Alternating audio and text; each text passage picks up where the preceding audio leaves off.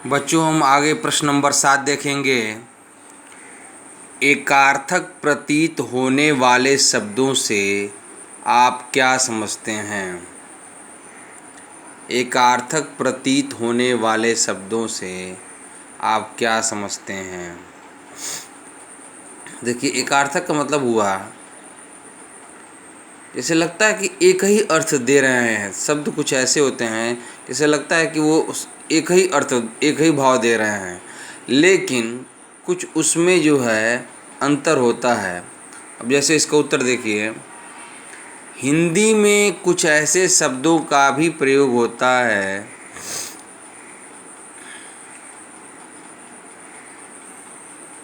कामा जिनके एक समान प्रतीत होने पर भी उनके अर्थ में सूक्ष्म भेद होता है। माने सूक्ष्म भेद का मतलब होता है थोड़ा सा ही अंतर होगा, लेकिन अंतर जरूर होगा। सुनने में लगेंगे वो एक ही समान है, बोलने में भी हो सकता है एक समान लगे, लेकिन कुछ न कुछ थोड़ा सा अंतर होता है। जैसे पहला है अस्त्र और शस्त्र। अब अस्त्र का मतलब होता है, अमूमन लगता है कि दोनों एक ही चीज़ होगा, लेकिन थोड़ा सा अंतर है। देखिए, अस्त्र फेंक कर चलाया जाने वाला हथियार, फेंक करके। जैसे आप देख लीजिए, भाला हुआ, भाला फेंक करके। बाण और बम, ये फेंक कर चलाया जाने वाला हथियार है। शस्त्र क्या है? हाथ में पकड़ कर चलाया जाने वाला हथियार। हाथ में पकड़ करके, इसको छोड़ा नहीं तब पकड़ा ही रहा जाता है। जैसे तलवार, गदा, त्रिशूल। दूसरा है प्रगति।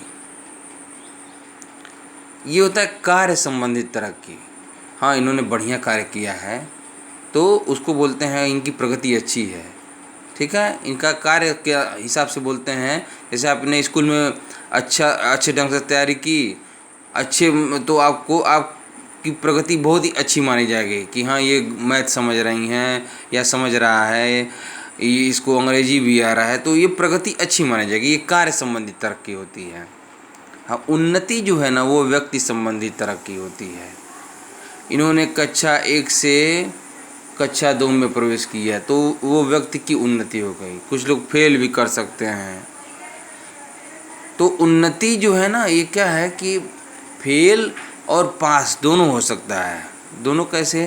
माने कि आप उन्नत जब किए तो हो सकता है वो प्लस भी हो सकता है, वो माइनस भी हो सकता है। अगर आप बैक रह गए तो आपकी उन्नति 0 हो गई, और आप आगे बढ़ गए तो आपकी उन्नति प्लस हो गई।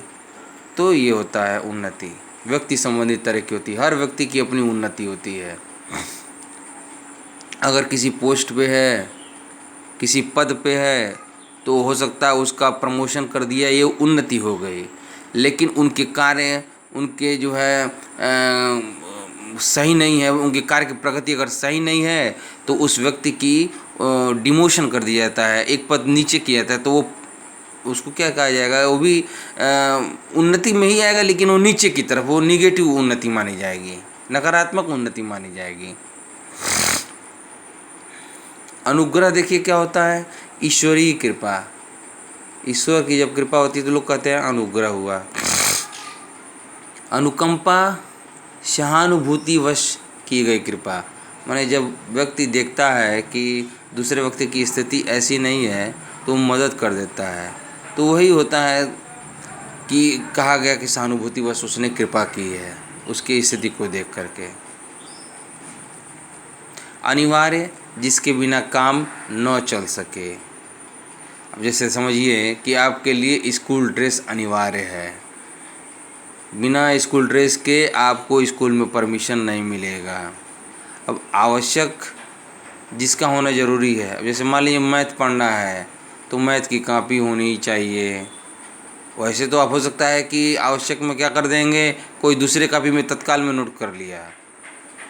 नहीं होता है कि बहुत ज़्यादा आवश्यक नहीं है मैंने हो सकता है कि वो, लेकिन अनिवार्य में तो बाध्यता है, लेकिन इसमें है कि होना भाई ज़रूरी है, इसका होना ज़रूरी है। मैथ के लिए पेन चाहिए, पेंसिल चाहिए, रबड़ चाहिए, ये चीज़ हुआ आवश्यक। अगम्य, जहाँ जाया ना जा सके, जहाँ जाया ही ना जा सके वो अगम्य। और दुर्गम, जहाँ पहुँचना कठिन हो, यानी जाया जा सके मगर पहुँचना कठिन हो।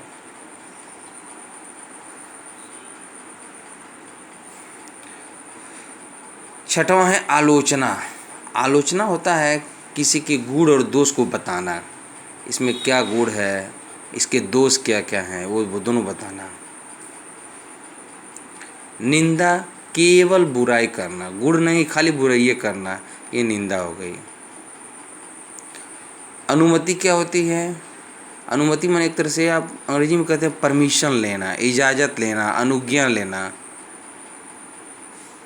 और आज्ञा क्या होता है? टीचर ने आज्ञा दी, आदेश दिया या हुक्म दिया, ये आदेश होता है। भीड़ क्या है? भीड़ जो है ना, मनुष्यों का एकत्र होना भीड़ कहलाता है, जो बहुत ज़्यादा मनुष्य एकत्र हो जाते हैं। और झुंड, जानवरों का एकत्र होना, वो झुंड के अंतर्गत आता है।